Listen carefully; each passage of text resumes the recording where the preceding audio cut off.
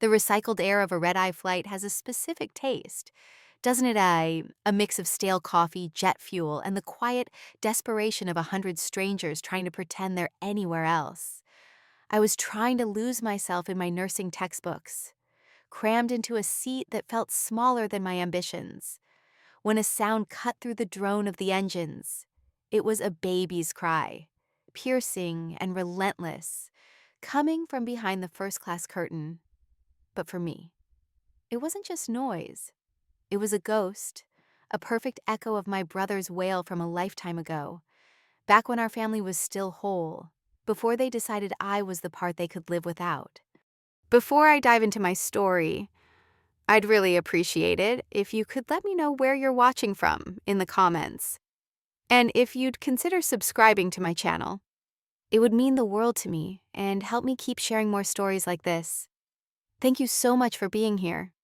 My name is Alara, and I have always believed that every sound has a memory attached to it, a ghost that lives inside the vibration, waiting for the right frequency to awaken, the low, constant drone of a plane's engine, for instance, is the sound of escape, a mechanical lullaby for those of us running towards something new, or, in my case, running determinedly away from something old and broken. The whisper-thin crinkle of textbook pages under a dim, focused reading light is the sound of a future I built with my own two hands, brick by painful, lonely, self-reliant brick, and the sharp, piercing wail of a baby. I've now learned through the cruelest irony is the unmistakable sound of a betrayal that echoes with perfect clarity across a decade of silence.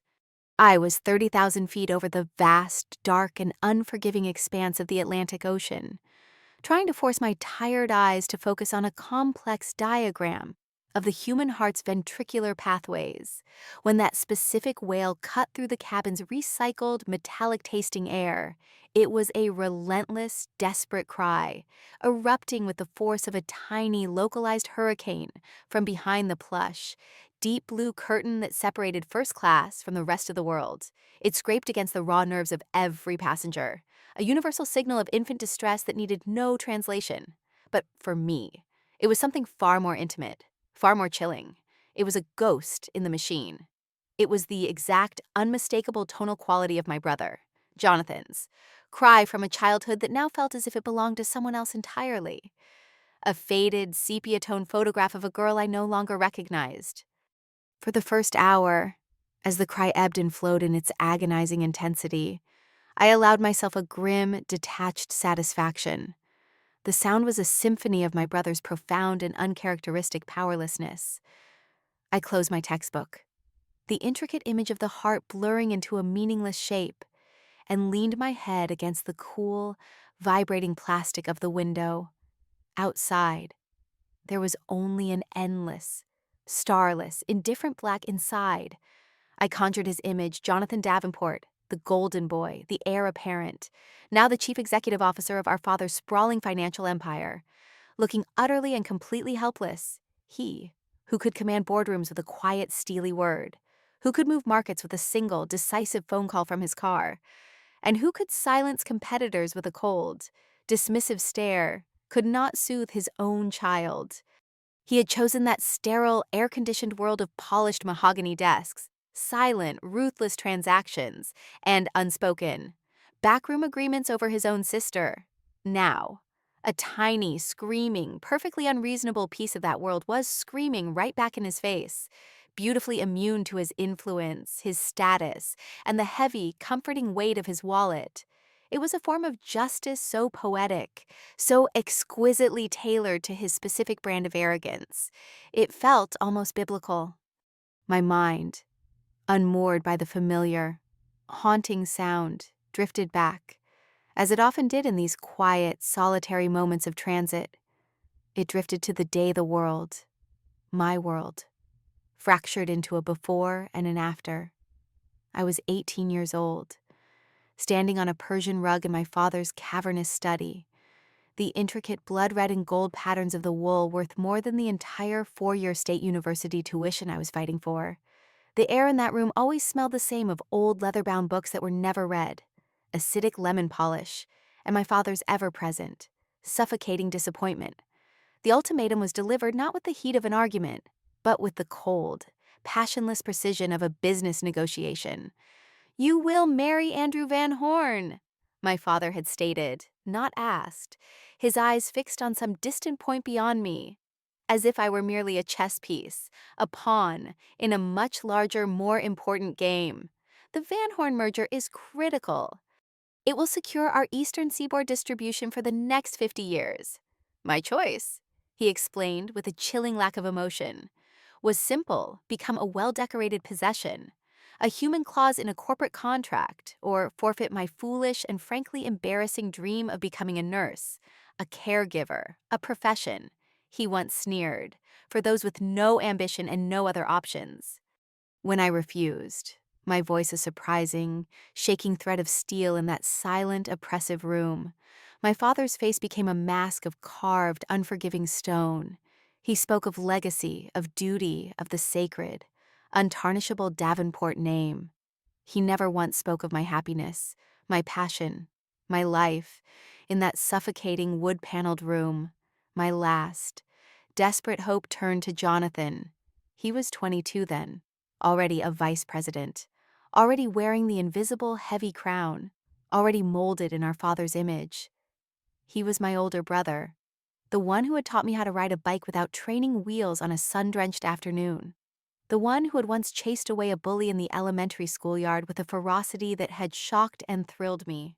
I pleaded with my eyes, silently, desperately, begging him to say something, to defend me, to remember the person I was beyond my utility to the family machine. He just stood there, by the cold, marble fireplace, his jaw tight, his expensive suit a suit of armor against any messy, inconvenient familial sentiment. His gaze was fixed on a point just over my shoulder. A perfect, heartbreaking portrait of silent, strategic compliance. His silence wasn't inaction. It was a choice. It was a deliberate siding with power over loyalty, with empire over family. That silence was the blow that truly, finally shattered me that day. They didn't just show me the door to the life I had known, they erased me from it. I was excised from the will, my photographs quietly removed from the silver frames on the mantels and grand piano, my name becoming a forbidden word in the very house I grew up in, as cleanly and efficiently as a surgeon excising a benign, but ultimately unwanted, tumor. A flight attendant with a smile so strained it looked like it might crack her face in two, hurried past my aisle. Her low voice, a frustrated, sharp whisper to her colleague as they conferred near the galley, carried back to me over the drone of the engines. "Mr. Davenport is offering $5,000 to anyone who can quiet the baby. Cash." The words landed like ice chips in my gut. Of course, that was their solution for everything. A problem, whether a crying child, a rebellious daughter, or a guilty conscience, was simply a matter of finding the right price tag. I remembered my 16th birthday, when my father missed my party for a business trip and had a courier deliver a Cartier watch with a note that simply said, "Apologies." The cold, transactional view of the human experience, the belief that any wound could be healed with a sufficient application of money, was the very poison I had spent 10 years trying to flush from my system. My life now is about a different, intangible kind of value. The value of a steady, gloved hand during a life-or-death crisis. The quiet dignity of easing someone's pain in their final moments. The profound, unbuyable knowledge that I was building something real and my own. The medical conference in London was my next step. A chance to learn from the best cardiac nurses in the world. A door to a better position. Maybe even a teaching role someday. I had saved for a full year for this single plane ticket, choosing the cheapest red-eye flight, packing my own sad little sandwiches to avoid the overpriced airport food. This was my world now, a world of effort and consequence, and I wanted nothing from theirs. But the crying wore on, relentless and raw, a sound that seemed to bypass the ears and settle directly into the bones, vibrating with a primal misery. My grim satisfaction, my cold sense of karmic justice, began to curdle into something else, something far more uncomfortable. It was no longer just the sound of my brother's well-deserved failure. It was the unmistakable sound of a child in genuine, prolonged distress. The nurse in me, the very core of the identity I had bled and sacrificed for, began to stir against my will. My anger was a shield I had carried for a decade, but my empathy, I was discovering, was a reflex I couldn't control. I watched the frantic shadow play behind the curtain, a tall, lean figure pacing endlessly back and forth, the agitated, jerky bouncing, the muffled, frustrated tones of a man at the absolute end of his rope. He was failing, utterly and completely, and a part of me I thought was long dead. A vestigial stump of sisterly connection, felt a flicker of a forgotten bond. A memory surfaced, unbidden and startlingly vivid. Our mother, her face softened by the warm glow of a bedside lamplight, sitting on the edge of a 5-year-old Jonathan's bed. He was burning with fever, drenched in sweat, inconsolable, and she was humming a specific, complex lullaby. It was a melody unique to our family, a secret language of comfort passed down from her Irish mother, full of odd little shifts in key and a gentle, syncopated rhythm that mimicked a healthy heartbeat, a song of safety, a song of home. With a sudden, cold clarity that pushed all other thoughts aside, I knew what I had to do. This was not about forgiveness.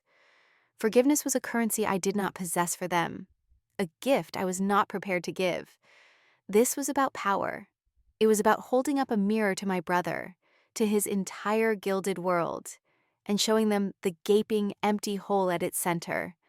I would show him the one thing his money could never buy, his influence could never command, and his power could never replicate a genuine, human connection rooted in a shared history he had actively chosen to forget. I unbuckled my seatbelt. The metallic click sounded unnaturally loud in the tense, hushed cabin, drawing a few tired, irritated glances from my fellow passengers in economy. I stood up and smoothed down my simple, worn cotton shirt, a silent statement against the tailored silk and cashmere I knew I would find on the other side of that symbolic curtain. I walked the short distance to the front of the plane, my footsteps steady and measured on the worn, patterned carpet. My heart wasn't pounding with anger anymore. It was beating with a calm, surgical purpose. I felt like I was heading into an operating theater, a place of precision and consequence. As I reached for the heavy fabric edge of the curtain, a flight attendant moved swiftly to intercept me, her expression a well-practiced mask of polite, unyielding authority. "Ma'am, you can't go in there," she began, her hand raised like a traffic cop, her body blocking the entrance. "It's a private cabin." I didn't stop. I simply looked past her, through the narrow gap, my gaze locking onto the chaotic scene within. Jonathan, his suit jacket now off, and slung carelessly over a leather seat, his expensive white tie loosened and askew, was a complete and utter wreck, his usually perfect. Dark hair was disheveled where he'd run his hands through it 100 times. His face, usually tanned and confident, was pale with a sheen of desperate sweat, and in his arms, his daughter, my niece, continued to scream, her tiny body rigid with unending distress. He looked up as I pushed past the curtain, his eyes widening first in confusion, then in utter, slack-jawed, ghostly disbelief. "Ilara," he breathed, his voice hoarse and cracked, the name a strange, foreign sound on his lips after so many years, for a single suspended moment. The world seemed to shrink to just the two of us, the noise of the plane and the crying baby fading into a dull, distant roar. We were no longer on a plane, we were back in that study, a decade of silence stretching between us. The flight attendant stood frozen, her mouth slightly agape, her training offering no protocol for this bizarre and intensely intimate intrusion. I ignored her, my focus entirely on my brother. I let my gaze drift from the screaming child to his desperate, haunted face. "She has the colic," I said, my voice eerily calm, professional, devoid of any discernible emotion. "The kind that runs in our family? The kind you used to get as a child, every night for 6 months." His mouth opened slightly, but no words came out. He just stared, as if seeing a phantom from a past he had successfully buried. "There's only one thing that ever worked," I continued, taking another deliberate step closer into his gilded cage. "It was Mother's lullaby. A song you were never there long enough to learn, were you, Jonathan?" The accusation hung in the air between us, sharp, precise, and undeniably true. He was always away at boarding school in New Hampshire, at business camps in Switzerland. At summer internships in Hong Kong, my father had arranged being groomed to take over the empire. I was the one left at home, the one who sat by our mother's side as she grew weaker, the one who absorbed the quiet, unseen, and unvalued work of care and comfort. Desperation finally won its long, drawn-out battle with pride in his exhausted eyes. Without a single word, he made a small pleading gesture with his head, offering the wailing baby to me as a kind of white flag, a surrender. I stepped forward and took her from his arms, my niece, the first time I had ever held her, this tiny, innocent piece of my estranged family. Her body was hot and trembling against my own, her face blotchy and wet with tears that smelled of salt and frustration. I held her close, positioning her just as my mother used to, her head resting securely in the crook of my arm, her tiny body supported along my forearm, creating a sense of secure enclosure. And then I began to hum. The melody flowed out of me as if it had only been waiting for a reason to exist again. A gentle, intricate tune full of strange, comforting intervals that rose and fell like soft waves. I hadn't realized I still knew it so perfectly by heart, but it was there, encoded in my muscle memory, in my very being. I began to sway gently, a slow, rhythmic rock from side to side, my hand patting her back in a steady, familiar rhythm that matched the song's unique cadence. I started to sing the words softly, a forgotten language returning to my tongue, a nonsensical, sweet story about a little ship sailing on a silver sea, of the stars being tucked into a blanket of night by a smiling moon. It was a language of pure comfort, a legacy not of stock portfolios and sprawling real estate, but of presence, of patience, of unconditional love. The baby's frantic, desperate screams began to falter, slowly replaced by shuddering, catching sobs, then quiet, exhausted hiccups. Her rigid little body began to relax, melting against mine, finding a safe harbor. Within 2 minutes, her eyelids, heavy with the effort of her long ordeal, fluttered shut. She was sound asleep, a peaceful, trusting, warm weight in my arms. The silence that fell over the first-class cabin was absolute and profound. It was a heavy, weighted quiet that seemed to absorb all the tension, all the frustration. That had been building for the past 3 excruciatingly long hours. The other passengers, who had been shooting daggers of pure hatred at Jonathan, now simply stared at me, their expressions a mixture of profound relief and sheer, dumbfounded astonishment. Jonathan looked at me, his face a raw, unguarded canvas of conflicting emotions, overwhelming gratitude, deep-seated shame, and a profound, unsettling confusion, as if the very foundations of his world had been shaken. He seemed to hesitate for a long moment, his gaze shifting from his sleeping daughter to me and back again. Then, as if a switch was flipped, his old programming took over. He reverted to the only instinct he had left, the only tool he knew how to use. He reached for the expensive leather wallet in his back pocket, his movements clumsy and uncertain. Seeing that familiar gesture, that pathetic attempt to turn a moment of profound human connection into a simple, vulgar transaction, something inside me solidified from cold resolve into diamond-hard certainty. I gently, carefully, transferred my sleeping niece back into his clumsy, unaccustomed arms. He fumbled for a moment, clearly terrified of waking her, his eyes still locked on me, the wad of cash now held awkwardly in his hand. I looked at the money, a meaningless stack of paper, then back at his face, which for the first time in 10 years looked not like a CEO, but like a lost little boy. "I don't want your money, Jonathan," I said, my voice low but carrying with perfect, devastating clarity in the stillness. "I want you to go home and tell father that the daughter he threw away, the daughter he called a failure, was the only person in the world who could bring peace to his granddaughter." I let that sentence hang in the air, letting him feel its full, crushing weight. Then I delivered the final, clean, surgical cut.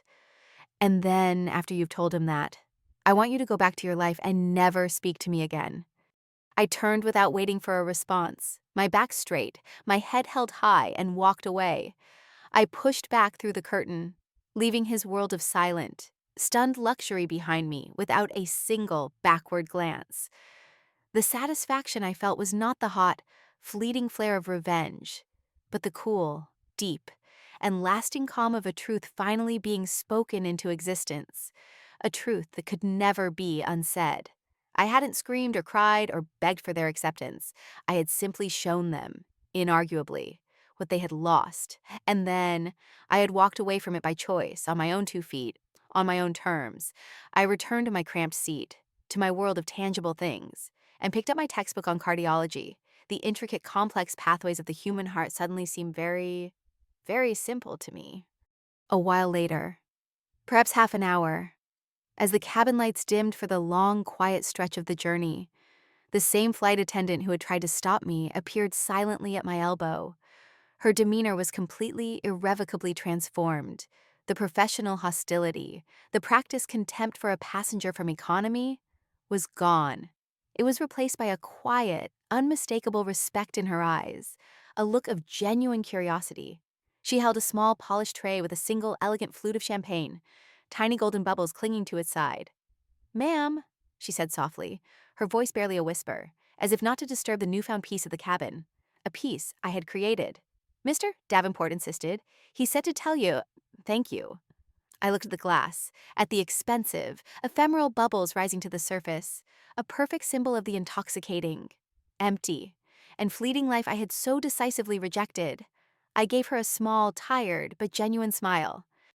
"Thank you," I said, my voice calm and clear, the voice of a woman who knew exactly who she was and what she was worth.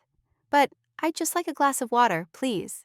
She nodded, a flicker of deep understanding in her expression, and took the champagne away, leaving me alone with the steady drone of the engines, the sound of my own quiet, unshakable, and priceless peace.